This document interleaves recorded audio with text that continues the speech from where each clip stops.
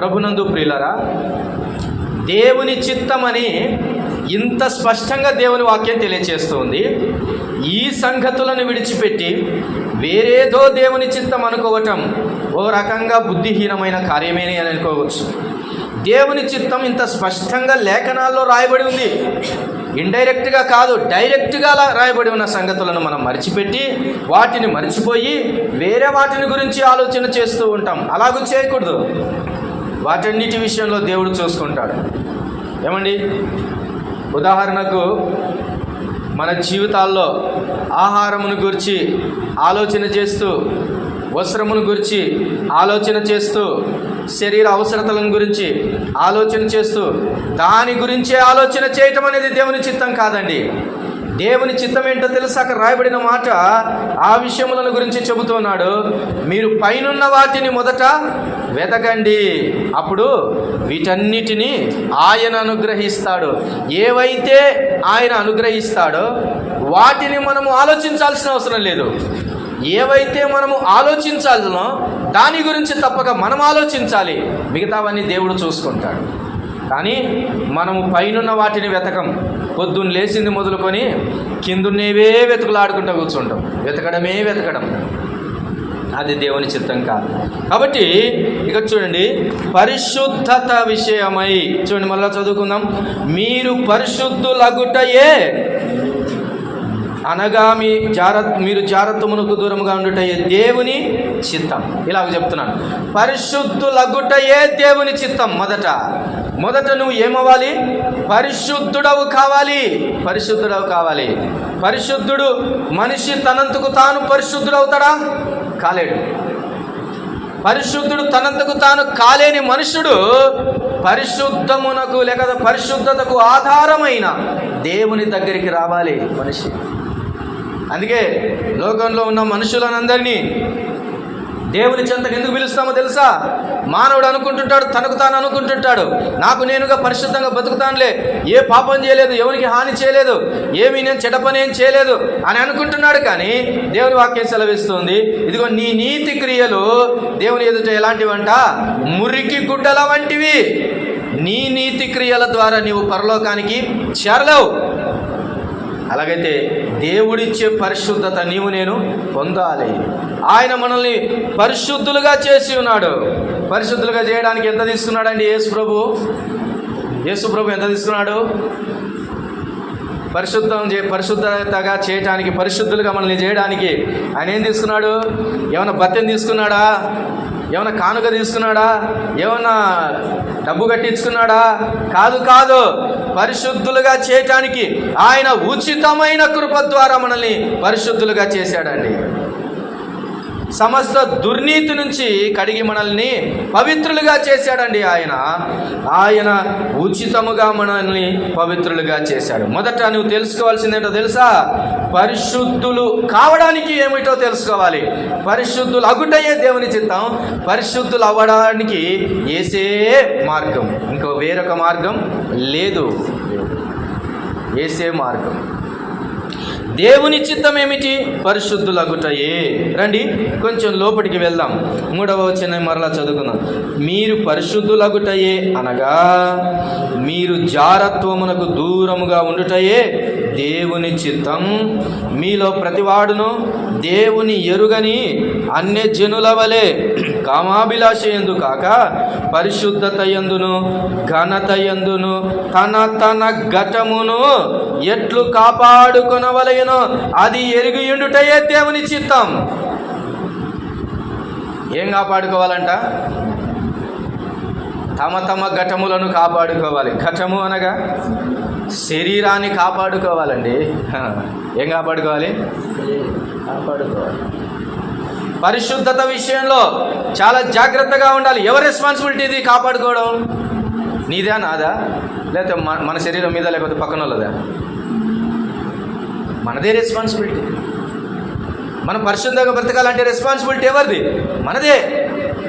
మరి ఈ రెస్పాన్సిబిలిటీ మనం కలిగి ఉన్నప్పుడు మన పరిశుద్ధత మనం కాపాడుకోకుండా దానిని ఎలాగంటే ఎలాగ ఉపయోగించుకుంటే మరి అది పరిశుద్ధత కాపాడుకున్నట్లా కాదు. అలాగూ కాని ఎడల దేవుని చిత్తంలో నీవు లేవు. పరిశుద్ధత విషయమై జాగ్రత్త కలిగి ఉండుటయే, దాని గురించిన జ్ఞానము నీవు నేను కలిగి ఉండుటయే దేవుని చిత్తం అని స్పష్టంగా రాయబడి ఉందండి. దేవుని చిత్తం. రండి మరికొన్ని మాటలు చదువుకుందాం. హెబ్రీలకు రాసిన పత్రిక 10వ అధ్యాయము. ప్రభునందు ప్రియులారా, పరిశుద్ధత అనేది చాలా అవసరం అండి మన జీవితాల్లో. ఇష్టానుసారంగా బ్రతకడానికి దేవుడు మనల్ని పిలవలేదు, లేకపోతే పరిశుద్ధంగా చేయటానికి ఆయన ఏమి ఉచితంగా చేశాడే, కానీ అది అంత సామాన్యమైన క్రియ కాదది, ఎంతో విలువైనటువంటిది. 10వ అధ్యాయం 10వ వచనాన్ని చదువుకుందాం. చూడండి 10వ వచనం. యేసుక్రీస్తు యొక్క శరీరము ఒక్కసారే అర్పించబడుట చేత ఆ చిత్తమును బట్టి మనము పరిశుద్ధపరచబడి ఉన్నాం. మనము ఎలాగ పరిశుద్ధపరచబడి ఉన్నామో తెలుసా? ఉచితమైన దేవుని చిత్తము ద్వారా, ఆ చిత్తము ద్వారా, ఆయన చిత్తము ద్వారా మనం పరిశుద్ధపరచబడ్డామండి. ఆయన చిత్తము ద్వారా. అయితే ఆయన చిత్తము ఎలాగ నెరవేర్చబడింది? మీరు పరిశుద్ధులవుదురు గాక అన్నాడా? అలా ఈరోజు అవును గాక అనేది చాలా ఈజీ అయిపోయింది అందరికీ. అంటానికి చాలా జాగ్రత్తగా ఉండాలి. యేసు ప్రభువే మనల్ని మీరు పరిశుద్ధులవుదురుగా కానీ వదిలేలేదు. దానికోసం ఎంత చెల్లించాడో తెలుసా? 9వ వచనం నుంచి చదువుకుందాం చూడండి, లేదా 10వ వచనం ప్రారంభం నుంచి చదువుకుందాం చాలు. యేసుక్రీస్తు యొక్క శరీరము ఒక్కసారి అర్పించబడుట చేత పరిశుద్ధపరచబడి ఉన్నామండి. మన పరిశుద్ధతకు వాల్యూ ఏంటో తెలుసా? యేసుక్రీస్తు యొక్క అర్పణ మనల్ని పరిశుద్ధపరిచింది. యేసుక్రీస్తు యొక్క శరీరము అర్పించబడుట వలన మనం పరిశుద్ధపరచబడ్డాం. అంత వాల్యూ మనల్ని పరిశుద్ధపరచడానికి దేవుడిచ్చినటువంటి వాల్యూ అది. యేసుక్రీస్తు అనే శరీరం నలగొట్టబడుట వలన, అది గాయపరచబడుట వలన, అది హింసింపబడుట వలన, బలముతో పొడుట వలన, ఇదిగో ముళ్ళ కిరీటం పెట్టడం వలన, ఆయన ముఖము చెకుముకి రాతి వలె అవటం వలన, స్వరూపమైనను సొగసైనను లేనిదానిగా అయినందువలన, ఆయనలో కొంచెమైనను స్వరూపము అపేక్షించినట్లుగా లేకుండా పోయింది. అంత నలగొట్టబడుట వలన మనం పరిశుద్ధపరచబడ్డాం. అవునండి, అవును. ఆయన తూతూ మంత్రంగా మనల్ని పరిశుద్ధపరచలేదండి. ఆయన విలువైన రక్తము ద్వారా, విలువైన ఆయన అర్పణ ద్వారా మనల్ని పరిశుద్ధపరిచాడు. అర్థం చేసుకో, ఈరోజు నీకు ఇచ్చిన పరిశుద్ధత ఎంత విలువైనదో అర్థం చేసుకో. ఒకవేళ పరిశుద్ధపరచబడలేదా, ఇంకా పాపంలోనే జీవిస్తున్నట్లయితే ఆయన పరిశుద్ధత దగ్గరికి రావాలని ప్రభు పిలుస్తూ ఉన్నాడు. అవునండి, ఆయన మనకిచ్చిన బిరుదు ఏంటో తెలుసా? పరిశుద్ధులు అన్నాడు. అదే తెస్సలోనికీయులకు రాసిన పత్రిక 3వ అధ్యాయం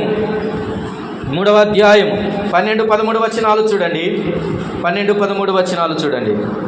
మరియు మన ప్రభు అయిన యేసు తన పరిశుద్ధులందరితో వచ్చినప్పుడు మన తండ్రి అయిన దేవుని ఎదుట మీ హృదయములను పరిశుద్ధత విషయమై అనిందమైనవిగా ఆయన స్థిరపరచుటకై మేము మీ ఎడల ఎలాగో ప్రేమలో అభివృద్ధి పొంది వర్ధిల్లుచున్నామో, అలాగే మీరును ఒకని ఎడల ఒకడును మనుషులందరి ఎడలను ప్రేమలో అభివృద్ధి పొంది వర్ధిల్లునట్లు ప్రభు దయచేయునుగాక.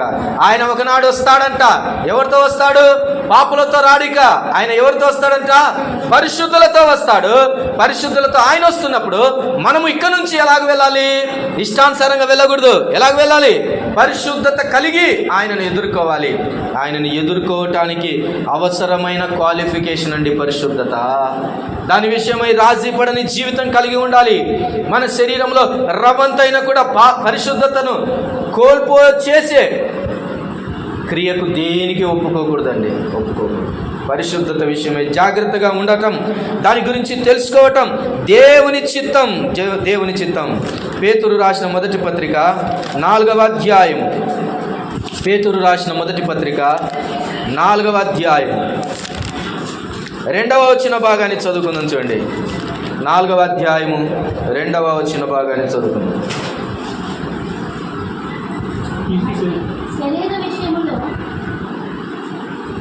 పేతురు రాసిన మొదటి పత్రిక 4వ అధ్యాయము 2వ వచనం. శరీర విషయంలో శ్రమపడిన వాడు శరీరమందు జీవించు మిగిలిన కాలము ఇక మీదట మనుజాశలను అనుసరించి నడుచుకొనక దేవుని ఇష్టానుసారముగానే నడుచుకొనున్నట్లు పాపము జోలినికనేమీ లేక ఉండును. మనము పోకిరి చేష్టలు, దురాశలు, మద్యపానము, అల్లరితో కూడిన ఆటపాటలు, త్రాగుబోతుల విందులు, చేదగని విగ్రహ పూజలు మొదలైన వాటి యందు నడుచుకొనుచు అన్యజనుల ఇష్టము నెరవేర్చుచుండుట గతించిన కాలమే చాలు. ఏమండి ఇష్టం? ఇక్కడ ఎవరి ఇష్టాన్ని నెరవేర్చుచు ఉన్నాం గత కాలంలో అంటే అన్యజనుల ఇష్టం, దేవుని ప్రజలు కాని వారి ఇష్టాన్ని. ఎరా రండి కలిసి వెళ్దాం, త్రాగుదాం, తిరుగుదాం అని అంటే పద అని పోయే జీవితాలు. అప్పుడు ఏదైనా ఒక దుర్మార్గమైన పనికి వెళ్దాం పద అని ఒక వ్యక్తి అంటే పద వెళ్దాం అనుకునే జీవితాలు మనవి. అవకాశం ఇస్తే చాలు పాపం చేయడానికి మనం వెళ్ళేటటువంటి నైజం మన జీవితాలు. అది చాలంటున్నాడు దేవుడు. ఇక ఆ చేష్టలు మానండి, ఆ స్థితిగతులు మానండి. ఇక వారి ఇష్టాలు నెరవేర్చడం కాదు, ఎవరి ఇష్టం నెరవేర్చాలి? ఇప్పుడు దేవుని ఇష్టాన్ని. దేవుని ఇష్టం అన్నా దేవుని చిత్తమే, దేవుని మనస్సు కోరిక అన్నా దేవుని చిత్తమే.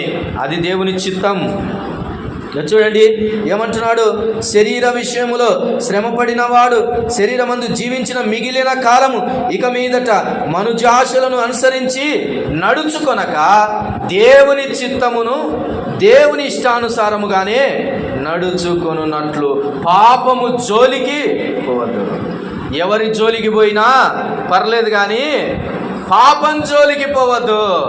పాపం జోలికి పోవద్దు. పాము జోలికైనా పోవచ్చు కానీ పాపము జోలికి మాత్రం పోవద్దండి. పామునైనా పట్టుకొని చాకచక్యంగా దాన్ని చంపేయచ్చు కానీ పాపము దగ్గరికి వెళ్ళి దాన్ని చంపాలంటే నీ వల్ల కాదు. అందుకని పాపము జోలికి ఇక వెళ్ళకండి. పరిశుద్ధత విషయంలో నువ్వు ఎంత ప్రయారిటీ ఇస్తున్నావు? దేవుని మందిరానికి ప్రయారిటీ ఇస్తున్నావు, మంచిదే. దేవుని వాక్యం వినడానికి ప్రయారిటీ ఇస్తున్నావు, మంచిదే. దేవునికి ఇవ్వడానికి ప్రయారిటీ ఇస్తున్నావు, మంచిదే. కానీ దేవుని ఇష్టం ఒకటి ఉంది నీ విషయంలో. అదేంటో తెలుసా? నీ శరీరం ఎడల దేవుని చిత్తం నెరవేర్చుకునేట్లుగా పాపం జోలికి పోకుండా పరిశుద్ధత కాపాడుకోవటం అనేది దేవుని యొక్క చిత్తమై ఉన్నది. కాపాడుకుంటున్నామా? ఈ శరీర విషయంలో ఈ పరిశుద్ధతను కాపాడుకొనకుండా మనం బ్రతుకుతుంటే దేవుని చిత్తములో లేని వారమనే అర్థం. దేవుని చిత్తాన్ని నెరవేర్చే వారము కాదు అనేది అర్థం. కొరింథీయులకు రాసిన 2వ పత్రిక 5వ అధ్యాయం. కొరింథీయులకు రాసిన 2వ పత్రిక 5వ అధ్యాయం చూడండి, ఆలోచన చేయండి.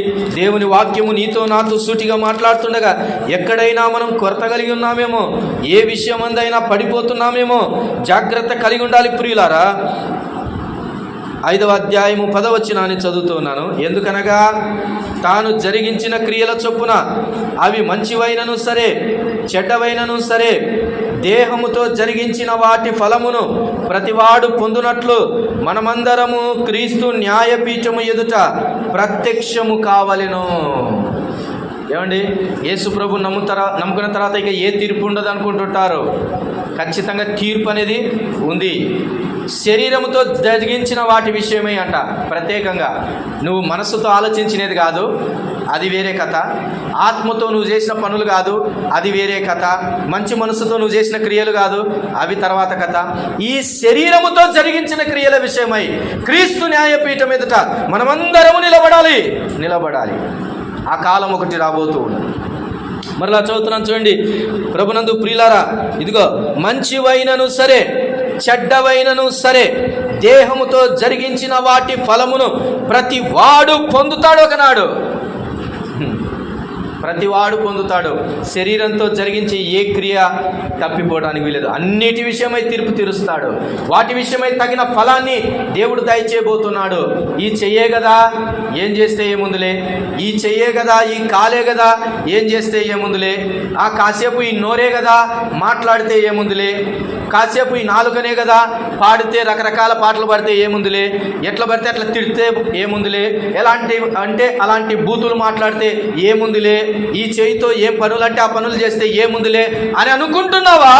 శరీరము ఇచ్చిన దేవుడు శరీరమును బట్టి జరిగించిన క్రియల విషయమై ఒకనాడు తీర్పు తీరుస్తాడు. ప్రియులారా, ఈ విషయమై ఇంత పెద్ద విషయాన్ని జీవితాంతము మనం జాగ్రత్తగా బ్రతికినా కానీ బ్రతకలేని ఇంత పెద్ద విషయాన్ని దేవుని చిత్తంగా మరిచి దేవుని చిత్తం ఏంటో అనుకుంటున్నారు. ఏంటో కాదు దేవుని చిత్తం. నీ శరీరాన్ని బాగా కాపాడుకోవటమే దేవుని చిత్తం. శిరస్సు మొదలుకొని శ్రీపాదం వరకు నీ కొరకు నా కొరకు గాయపరచబడిన ఆ ప్రభువును చూస్తున్నప్పుడు తల మొదలుకొని అరికాలి వరకు ఎలాగూ బ్రతుకుతున్నామో మనల్ని మనం పరిశీలన చేసుకోవాలి. ఎఫెసీలకు రాసిన పత్రిక 5వ అధ్యాయం. తీర్పున్నదని మర్చిపోకండి. దేవుడు ఒకనాడు అడుగుతాడనే లెక్క మర్చిపోవద్దండి. మనల్ని పిలిచిన దేవుడు, పరిశుద్ధులుగా పిలిచిన దేవుడు అంత సులువుగా ఆ మాట ఇవ్వలేదండి. ఎఫెసీ పత్రిక 5వ అధ్యాయము 3వ వచనం నుంచి చదువుకుందాం. చూడండి. మీలో జాగ్రత్తమే గాని ఏ విధమైన అపవిత్రతే గాని లోభత్వమే గాని వీటి పేరైనా ఎత్తకూడదు.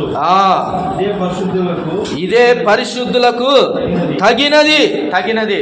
నువ్వు పరిశుద్ధుడవు, పరిశుద్ధురాలు అంటే నీకు తగిన కార్యం ఏంటో తెలుసా? ఏమండి, నువ్వు పరిశుద్ధురాలవు అని అంటే నీకు తగిన కార్యం ఏంటో తెలుసా?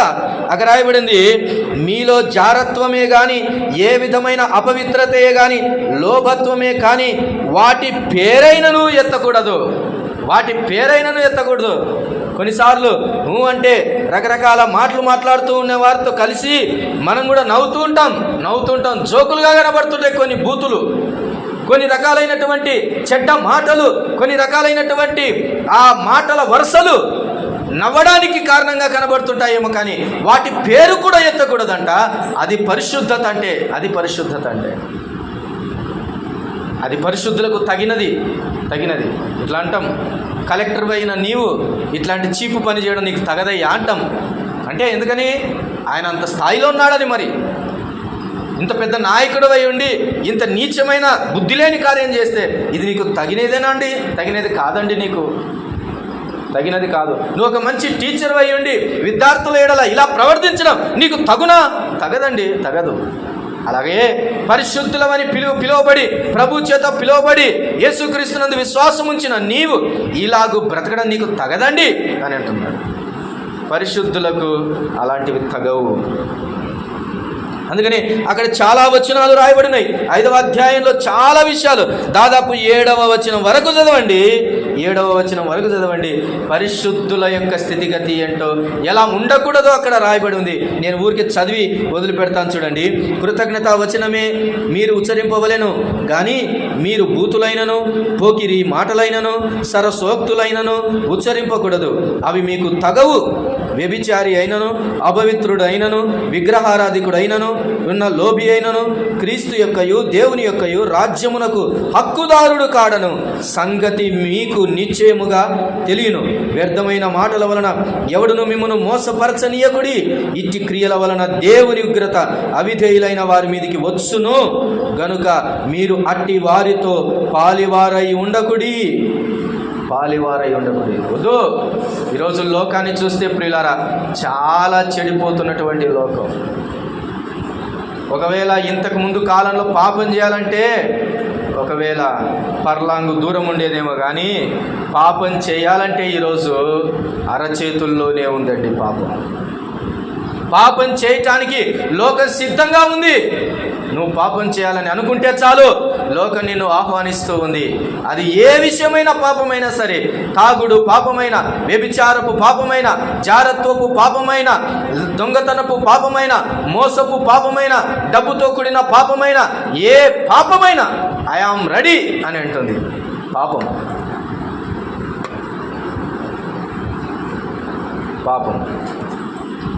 ఆలోచన చేయండి. చాలా ఘోరమైనటువంటి రీతిగా నేడు పాపము దరికి చేరింది.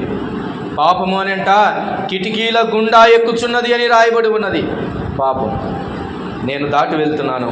పరిశుద్ధత విషయమై నీ యొక్క శరీరాన్ని కాపాడుకోవటం నీ చేతుల్లోనే ఉంది అన్న సంగతిని ఆలోచన చేయాలి ప్రియులారా. పేతురు రాసిన మొదటి పత్రిక 1వ అధ్యాయము. పేతురు రాసిన మొదటి పత్రిక 1వ అధ్యాయం 14, 16 వచనాలు చదువుకుందాం. చూడండి. నేను పరిశుద్ధుడనై ఉన్నాను గనుక మీరును పరిశుద్ధులై ఉండుడని వ్రాయబడి ఉన్నది. కాగా మీరు విధేయులకు పిల్లలై మీ పూర్వపు అజ్ఞాన దశలో మీకుండిన ఆశలను అనుసరించి ప్రవర్తింపక మిమ్మును పిలిచిన వాడు పరిశుద్ధుడై ఉన్న ప్రకారము మీరును సమస్త ప్రవర్తనయందు పరిశుద్ధులయుండుడి. ఎవరిని మోటివ్గా తీసుకోవాలి? ఎవరిని చూడాలి? ఈ పరిశుద్ధత విషయంలో జయించడానికి ఎవరిని చూసి బ్రతికితే పరిశుద్ధంగా బ్రతుకుతామయ్యా అని అంటే, లోకంలో ఎవరిని చూసి బ్రతికినా మనం పరిశుద్ధంగా బ్రతకలేం. మన ఎదుటగా బాగుంటాడు, తర్వాత కాసేపు అక్కడ పోతే నిజ స్వరూపం బయటపడుతుంది. ఆఫీసులో బాగానే ఉంటాడు, బయటికి ఫీల్డ్కి వెళ్తే అర్థమైపోతుంది, భాగవతం అంతా బయటపడుతుంది. ఏందో మరి ఎవరిని మోటివ్గా తీసుకుందాం, ఎవరిని సాదృశ్యంగా తీసుకుందాం. మానవులను ఎవరిని సాదృశ్యంగా తీసుకున్నా నీ వల్ల బ్రతకడం సాధ్యం కాదు. కానీ ఇదిగో పరిశుద్ధుడైన ప్రభు ఉన్నాడు. ఆయన నీ కొరకు నా కొరకు ప్రాణం పెట్టినవాడు. ఆయనలో పాపము రవ్వంతైనా కూడా లేనేలేదు. అట్టి ప్రభువును చూసి బ్రతికేశాను. అందుకే అన్నాడు ఆయన, ఒక మాట అన్నాడు. ఏమన్నాడు? నాలో పాపం ఉన్నదని మీలో ఎవడు స్థాపించును? ఈ ప్రశ్నగానే మిగిలిపోయింది నేటి వరకు. ఎవడు స్థాపించలేడు. ఈ లోకంలో పాపము నిజంగా ఎలాగంటే, లోకంలో ఇట్లా పోతుంటే దుమ్మొచ్చి మీద పడుతుంటాయి కదా, దుమ్ముని ఏమైనా ఆపుతామా? ఆపలేం. అటు దుమ్మొచ్చి మీద పడినట్టుగా పాపం మీద పడుతుంది. చెవుల ద్వారానో, కళ్ళకు చూచుట వలనో, నోటి ద్వారానో, ఎలాగో ఒకలాగున ఖచ్చితంగా పాపం అనేది వస్తూనే ఉంటుంది మన దగ్గరికి. ఎంత జాగ్రత్తగా బతకాలండి ఇలా, చాలా జాగ్రత్తగా బతకాలి. ఎవరిని చూసి బ్రతుకుదాం పరిశుద్ధత విషయంలో అంటే? ఎవరిని చూసినా లాభం లేదు, ప్రభువుని మాత్రమే చూడాలి. ఆయన ముఖాన్ని చూస్తున్నప్పుడు ఆరాధనలో జ్ఞాపకం చేసుకున్నాం. ఆయనను అలా చూస్తూ ఉంటే ఆయన కంఠస్వరం వినబడుతుంది. అలాగ చూస్తుంటే ఆయన స్వరూపం కనబడుతుంది. శిలువలో ఆయన పొందిన వేదన కనబడుతుంది. అలాగో ఆ ప్రభుతో చేపట్టుకొని నడిచి వెళ్ళవచ్చండి. పరిశుద్ధత విషయంలో ఇక ప్రభు తప్ప మనకు వేరొక మార్గదర్శి కానీ మాదిరి కానీ లేరు అన్న సంగతి అర్థం చేసుకోవాలి. నీవు ప్రభువుని బట్టి నడుస్తూ ఉంటే నిన్ను బట్టి మరికొందరు నడిచేటట్టుగా నువ్వు మారగలవు. ఆయన రూపాంతర అనుభవంలోనికి మనం వెళ్తాం. పాపం విషయమై జాగ్రత్త, పరిశుద్ధత విషయమై రాజీ పడొద్దని ఈ వాక్యము తెలియజేస్తుంది. రండి ఒక మాట చూపించి నేను ముగింపులోనికి వస్తూ ఉన్నాను. యూదా రాసిన పత్రిక 22వ వచనం 23వ వచన భాగాన్ని మనం చదువుకుందాం. 22, 23. సందేహపడు వారి మీద కనికరము చూపుడి, అగ్నిలో నుండి లాగినట్టు కొందరిని రక్షించుడి. శరీర సంబంధమైన వారి అపవిత్ర ప్రవర్తనకు ఏ మాత్రము ఒప్పుకొనక దానిని అసహ్యించుకొనుచు భయముతో కొందరిని. ఏం చేయాలంట? వారి అపవిత్ర ప్రవర్తన విషయమై ఒప్పుకోవాలనా? ఏం చేయాలంట? ఒప్పుకొనక అక్కడ రాయబడిన మాట, అపవిత్ర ప్రవర్తనకు ఏమాత్రం ఒప్పుకొనక దాన్ని ఏం చేయాలంట? అసహించుకో అని అంటున్నాడు. పాపం మీద ఏం రావాలి తెలుసా మనకి? అసహ్యం రావాలా. అప్పుడు మార్పు సంపూర్ణంగా జరిగిందని అర్థం. ఇలా ఇన్బ్యాలెన్స్ ఉన్నావు అనుకో, చేద్దునా వద్దా అని అంటే నువ్వు ఇంకా పర్ఫెక్షన్లోకి రాలా. పాపం విషయమై ఏం కలగాల తెలుసా? మనలో అసహ్యం కలగాల. పాపం అంటే ఛీ అనేటట్టు ఉండాలి. కొందరు వస్తారు కనికరం చూపించినట్లుగా, దయ చూపించినట్టుగా. వాళ్ళని చూస్తే మనకేమైతే తెలుసా? అయ్యో దయ చూపించాలేమని. జాగ్రత్త, దయ చూపించాల్సిన పరిస్థితుల్లో వారు నేను పాపంలోనికి స్లోగా లాగేస్తారు. చాలా జాగ్రత్తగా. లోకానికి చాలా తెలివి ఉందండి. ఏముంది? చాలా తెలివి ఉంది లోకానికి.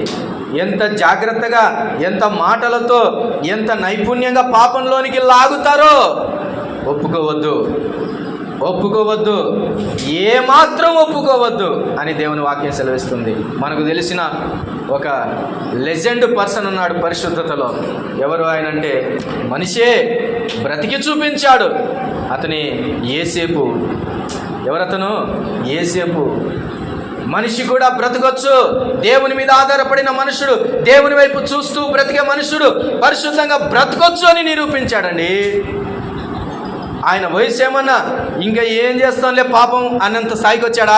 కాదు, మంచి యవ్వన ప్రాయంలోనే. పోనీ పాపం అంటే చాలా ఖర్చు లేరా, అంత ఖర్చుతో మనం పాపం ఆడ చేస్తాం కానీ అన్నట్టుగా ఉందా? కాదు, పాపమే వచ్చి పలకరిస్తుంది. కాస్ట్ లేకుండా ఫ్రీగా పలకరిస్తుంది పాపం. రాని పిలుస్తుంది పాపం. కానీ యవనస్తుడు ఏం చేశాడో తెలుసా? వద్దు అన్నాడు. పోనీ పాపం ఏం చేస్తాలి అనడానికి అంధవికారమైన మనిషి అతను కాదు. చాలా స్వరూపం, మంచి అందం కలిగినటువంటి వ్యక్తి. అయినా పాపాన్ని తిరస్కరించాడు. పోనీ కింది స్థాయి వ్యక్తులే, మనకెందుకులే ఇలాంటి పాపాలు అనుకోవడానికి, చాలా కింది స్థాయి వ్యక్తి కాదు, ఉన్నత స్థానంలో ఉన్నవాడు ఈ యేసేపు. ప్రియులారా, ఆ యేసేపు బ్రతికాడు పరిశుద్ధత కోసం. ఈరోజు నీవు నేను బ్రతకాలి. మానవుడు ఇట్లా లెక్కేసుకుంటున్నాడు. నేను బ్రతకలేనబ్బా అనుకుంటున్నాడు. నేను బ్రతకలేను అనుకుంటావు. నువ్వు బ్రతకలేను అనుకున్న నాడే నువ్వు పడిపోతున్నావు, అంతే. అక్కడే పడిపోతున్నావు. నీవు నేను అనుకోవాల్సింది ఏంటో తెలుసా? ఆయన పరిశుద్ధుడై ఉన్న ప్రకారం నేను పరిశుద్ధంగా ఉంటాను అనే తీర్మానం నీలో రావాలి, అనే ధైర్యం నీలో రావాలి. ఎందుకు బ్రతకలేం? యేసేపు బ్రతికాడు కదా, నేనెందుకు బ్రతకలేను? యోబు బ్రతికాడు కదా, నేనెందుకు బ్రతకలేను? దానియేలు బ్రతికాడు కదా, నేనెందుకు బ్రతకలేను అన్న రోషం మనలో రావాలి. పరిశుద్ధత విషయమై నీవు నేను చాలా జాగ్రత్తగా బ్రతకాలండి, చాలా జాగ్రత్తగా. ఈరోజు పరిశుద్ధత విషయమై తెలుసుకోవటం మాత్రమే కాదు, పరిశుద్ధంగా బ్రతకటం అనేది దేవుని చిత్తమై ఉన్నదండి. నీ ఘటమును ఎట్లా కాపాడుకోవాలనో చాలా జాగ్రత్త పడు. ఎలా కాపాడుకోవాలనో జాగ్రత్త పడు. అలాగూ జాగ్రత్త పడుటయే, దాని గురించి తెలుసుకోవటమే దేవుని చిత్తం అనే మాట మనకు అర్థమవుతుంది. అలాగైతే దేవుడు ఒక ప్రశ్న అడుగుతున్నాడు, పరిశుద్ధత విషయమై నీ తీర్మానం ఏంటి? పరిశుద్ధత విషయమై నీ తీర్మానం ఏంటి? నా తీర్మానాన్ని బట్టే పరిశుద్ధతలో మనం నిలబడతామా పడిపోతామా అన్నది ఉంటుంది. నీ తీర్మానం గట్టిగా ఉంటే నిలబడతావు, నీ తీర్మానం అటు ఇటుగా ఉంటే గ్యారెంటీగా పడిపోతాం. ఈరోజు దేవుని చిత్తం నేర్పుదాం.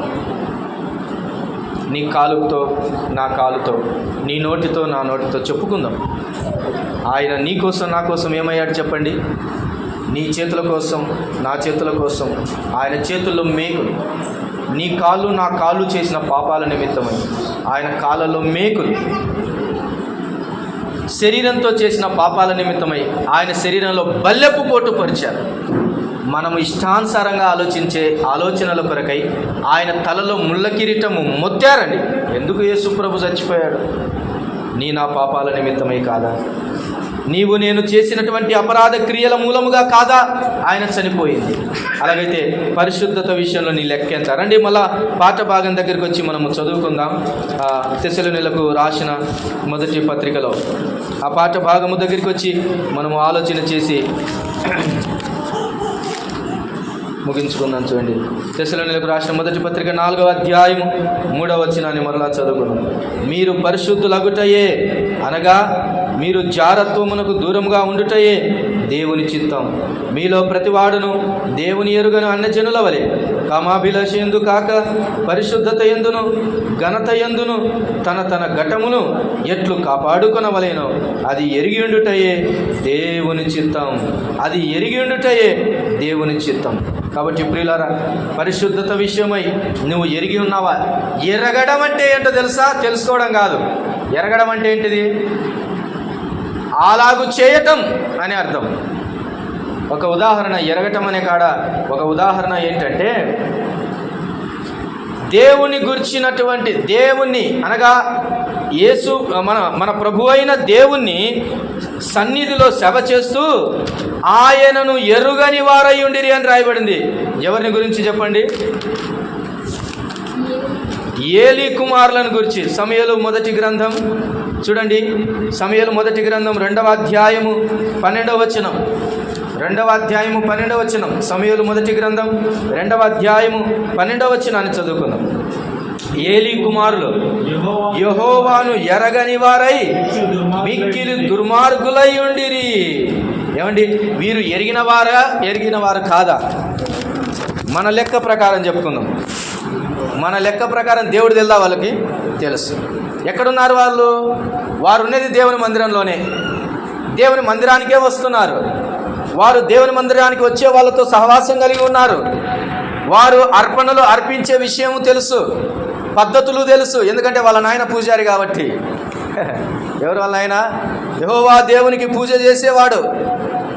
అన్ని విషయాలు, నియమ నిబంధనలు తెలుసు. ఎలాగో బలి చేయాలో తెలుసు, బలిపీఠం దగ్గరికి తీసుకుపోయే క్రమం తెలుసు, బలి అర్పించినటువంటి దాన్ని ఎలాగో వండాలనో తెలుసు, అన్నీ తెలుసు.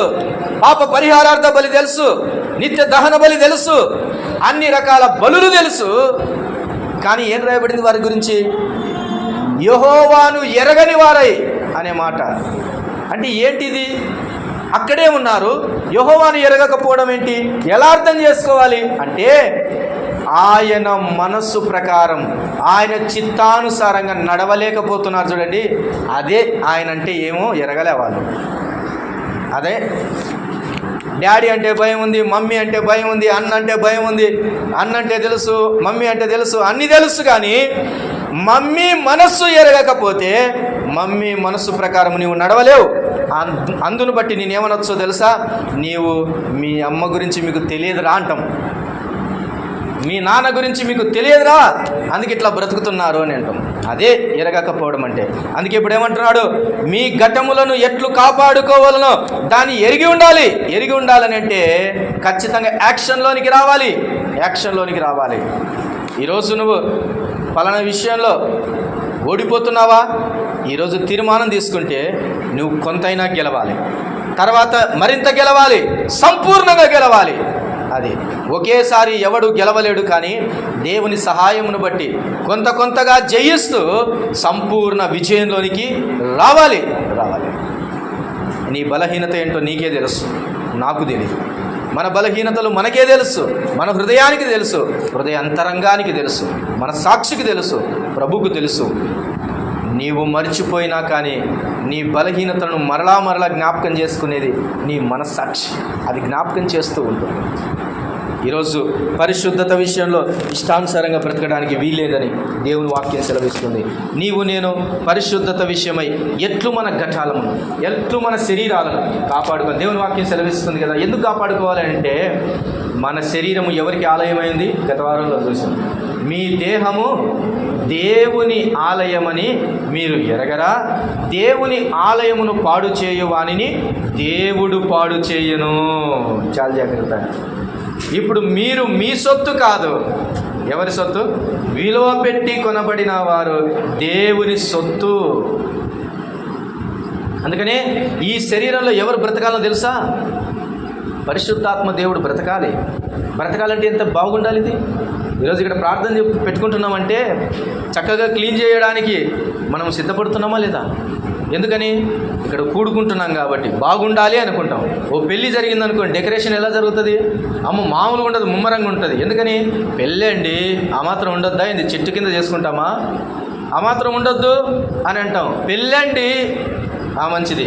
ఒక కలెక్టర్ వస్తున్నాడు, ఒక ఎమ్మెల్యే వస్తున్నాడు, ఓ మీటింగ్కి వస్తున్నాడు, ఎలా సిద్ధపరచబడాలి? ఎమ్మెల్యే అండి వచ్చేది, ముఖ్యమంత్రి అండి వచ్చేది, ఎలాగుండాలి? ఓ రేంజ్లో ఉండాలి.